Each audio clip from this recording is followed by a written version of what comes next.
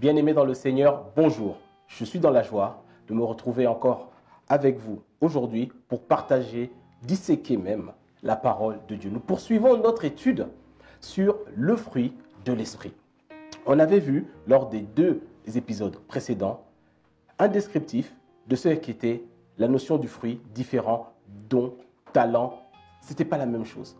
On a compris aussi que l'amour agapé est différent. Ce n'est pas un amour naturel, c'est un amour qui vient de l'esprit. Il est différent de l'amour philéo, de l'amour éros et de l'amour stérégo. Il vient directement de l'esprit. Et surtout, que l'amour agapé n'est pas un sentiment. L'amour agapé n'est pas une émotion. Au-delà de cela, l'amour agapé est une décision. C'est un commandement. C'est une résolution que l'on prend d'aimer l'autre, de subvenir à ses besoins sans rien attendre en retour. C'est comme ça que la Bible dit que lorsque nous étions encore des pécheurs, Christ est mort pour nous à la croix. Il avait pris la décision de nous aimer malgré nos problèmes, malgré nos défauts, malgré nos échecs. Et aujourd'hui, le Seigneur attend de nous que nous puissions fonctionner de la même manière et dans la même dimension. Alors, nous allons voir maintenant la lettre que l'apôtre adresse à l'église de Corinthe. Dans 1 Corinthiens, chapitre 13, c'est là où il développe la notion de l'amour. Mais avant cela, comprenons très bien ceci. C'est que l'église de Corinthe était une église réputée, une église connue pour la manifestation des dons. C'est-à-dire une église vivante, une église où il y avait le Saint-Esprit qui agissait avec puissance et tous les dons y étaient là. C'est pour ça qu'on voit dans le chapitre précédent, l'apôtre Paul prend le temps d'expliquer les différents dons spirituels. Je vous ai expliqué que les dons font partie des feuilles, mais Dieu recherche le fruit. Lorsqu'il est venu vers le figuier, la Bible dit que Jésus a eu faim, mais il ne trouva que des feuilles. L'apôtre Paul part dans le même sentiment lorsqu'il dit « Je vous parle à vous, église de Corinthe, comme à des bébés. Je vous donne du lait alors que vous devez prendre de la nourriture. Vous êtes encore des bébés spirituels parce qu'il y a de l'envie, de la dispute, des rivalités, des séparations, des choses mondaines au-dedans de vous. En d'autres termes, tu peux fonctionner dans les dons, tu peux fonctionner dans les talents, mais être en même temps un bébé spirituel. Tandis que dans la dimension du fruit, il est impossible d'avoir de faux semblants parce que le fruit est le résultat de la connexion intime de la sève de Dieu, le Saint-Esprit. Vous vous souvenez dans Jean chapitre 15, Jésus dit que lorsque mon flux coule en vous, vous portez du fruit. Donc on ne peut pas être dans l'hypocrisie, on ne peut pas être dans les faux semblants quand on est en train de porter du fruit parce que c'est une question de vie et de caractère. Alors, maintenant, l'apôtre Paul est en train d'expliquer une chose extraordinaire dans cette lettre quand il est en train de définir ce que c'est que l'amour. On avait vu un descriptif la dernière fois. Là, maintenant, on rentre dans ce que j'appelle à peu près une étude technique. Dans la version parole vivante, 1 Corinthiens chapitre 13 au verset 4, l'apôtre Paul dit ceci. Là, je prends dans la version parole vivante. Il dit « Celui qui aime est patient ». En d'autres termes, l'amour agapé est patient. On définit ici ce que c'est. L'amour est patient. La patience ici, selon Dieu, ça veut dire quoi? Ce n'est pas la capacité de savoir attendre dans le temps. Non.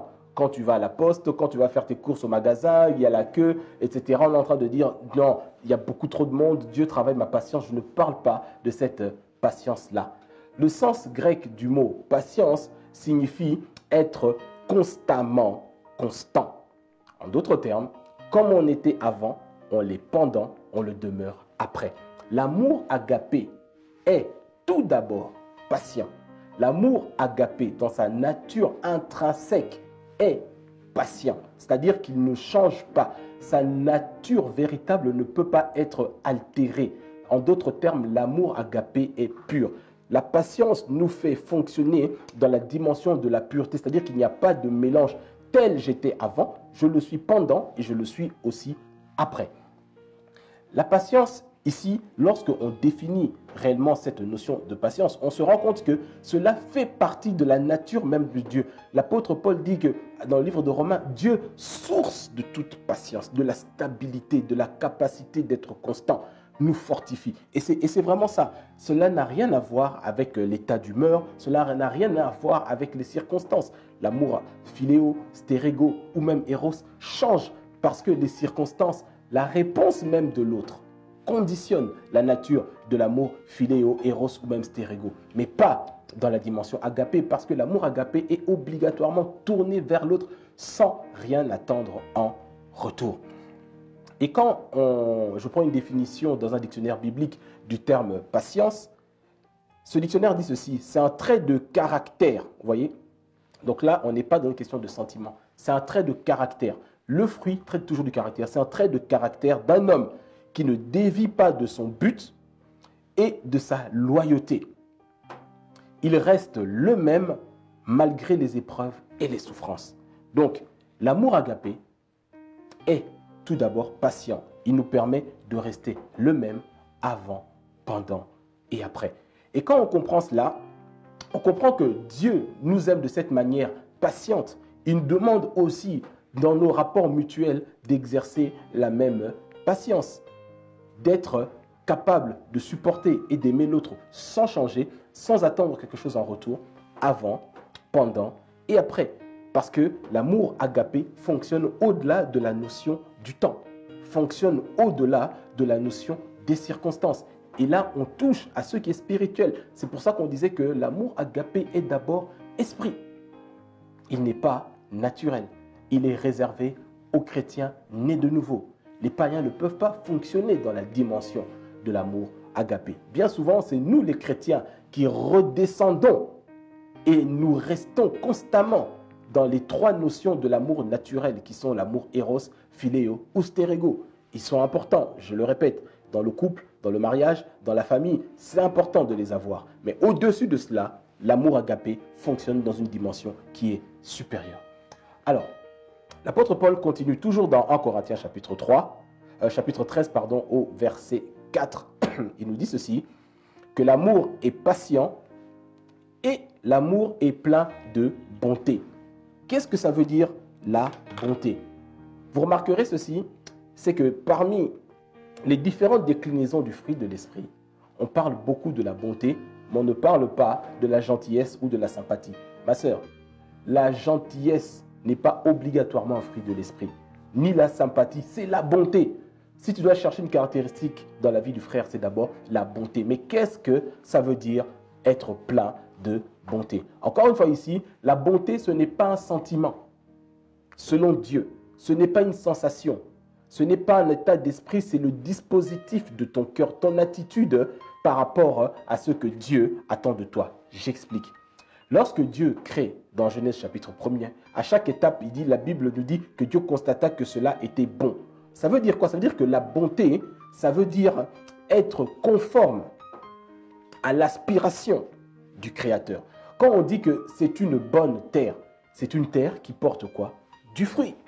Quand on dit que c'est un bon cheval, c'est un cheval qui peut travailler et produire du fruit qui correspond à ce qu'on est en droit légitimement d'attendre d'un cheval. Et donc, la définition biblique de la bonté, au-delà du fait d'être sympa, souriant, gentil, mais la bonté, c'est avoir les qualités qui conviennent et qui sont conformes à la nature et à la destination que Dieu t'a déterminé. Vraiment. Lorsque tu fonctionnes et que tu reproduis ce que Dieu attend de toi, alors là, Dieu peut dire, oui, Dieu constata que cela est bon. Oui, tu es bon et fidèle. C'est ça que ça veut dire. Donc, sortons de cette image où simplement on pense que la bonté est un trait ou que la bonté est un sentiment. Non, non, non, non. C'est plus que cela. C'est bien plus que cela. La bonté consiste dans nos actions. Alors, on va lire un passage que j'aime beaucoup. Ça se trouve dans Actes chapitre 10 au verset 38. C'est un résumé un peu du ministère de notre Seigneur Jésus-Christ. La Bible nous dit ceci. Acte 10, 38. Ensuite, Dieu a oint Jésus de Nazareth en répandant sur lui la puissance du Saint-Esprit. Celui-ci a parcouru le pays faisant le bien. Amen. Il faisait le bien. Ça veut dire quoi faire le bien? Il faisait ce que Dieu était en droit d'attendre de lui. Donc Dieu appelait ça le bien. Soyons encore plus précis. Dans Luc chapitre 4, Jésus, quand il commence son ministère, il dit que l'Esprit du Seigneur est sur moi. Il m'a oint pour annoncer la bonne nouvelle aux pauvres, renvoyer libre les captifs, redonner la vue aux aveugles, etc. Donc ça, c'est ce que Dieu attend de lui. Et quand Jésus accomplissait cela, Dieu dit, il faisait le bien. Le bien, c'est ce que Dieu attend de toi. Donc l'amour est patient et l'amour, l'agapé, fait toujours ce que Dieu attend de lui en tant qu'agapé. J'espère que tu me suis très bien. Alors, ce n'est pas fini. L'apôtre nous dit ceci, l'apôtre Pierre, il dit, Jésus a parcouru le pays faisant le bien. Le mot ici, faire le bien, est traduit du grec d'un mot qui a donné en français le mot philanthropie. C'est-à-dire, il donnait avec des actions palpables, il donnait sans rien attendre en retour, il donnait généreusement. Ce que Dieu avait mis en lui, il le partageait sans retenue. La philanthropie, faire le bien pour les autres. L'amour agapé, je vous l'ai dit et je le répète, est obligatoirement tourné vers les autres.